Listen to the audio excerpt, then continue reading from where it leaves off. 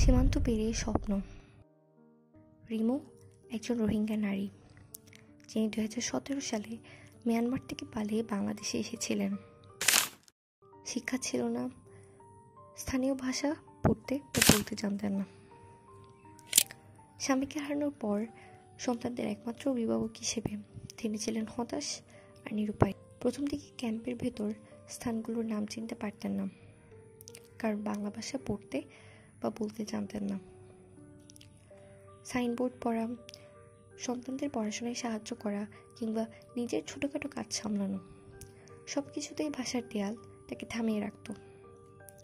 কিন্তু পরিস্থিতি বদলাতে শুরু করে যখন তিনি ইউএন সমর্থিত RTMI research training and management ইন্টারন্যাশনালের একটি প্রোগ্রামে যোগ দেন। তিনি অংশ নেন একটি 60 দিনের কোর্সে, যেখানে তিনি ইংরেজির প্রাথমিক ধারণা, সংখ্যা গণনা এবং বাংলা ভাষার পড়ালেখা শিখলেন, যা হয়ে উঠল একটি নতুন সুযোগের দরজা। তিনি সেলাই, সূচিকর্ম ও হস্তশিল্প শিখলেন। এর মাধ্যমে তিনি শিবিরের ওমেন্স মার্কেট ক্যাম্প 5-এ শিশুদের পোশাক ও ঐতিহ্যবাহী ড্রেস বিক্রি শুরু করলেন। বর্তমানে তিনি প্রায় 6,000 টাকা মাসে উপার্জন করেন এবং 20,000 টাকা সঞ্চয় করছেন সন্তানদের পড়ালেখার জন্য।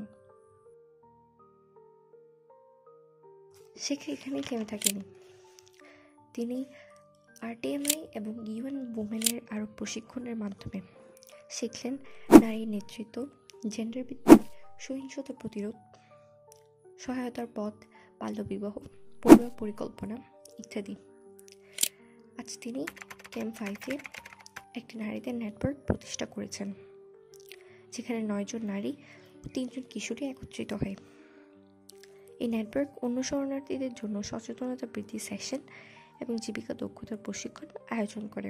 তার স্বপ্ন ছিল একজন শক্তিশালী নারী নেতা হয়ে ওঠা, যিনি দুর্বল নারীদের ক্ষমতায়ন এবং সুরক্ষার সেবা পেতে সাহায্য করবেন।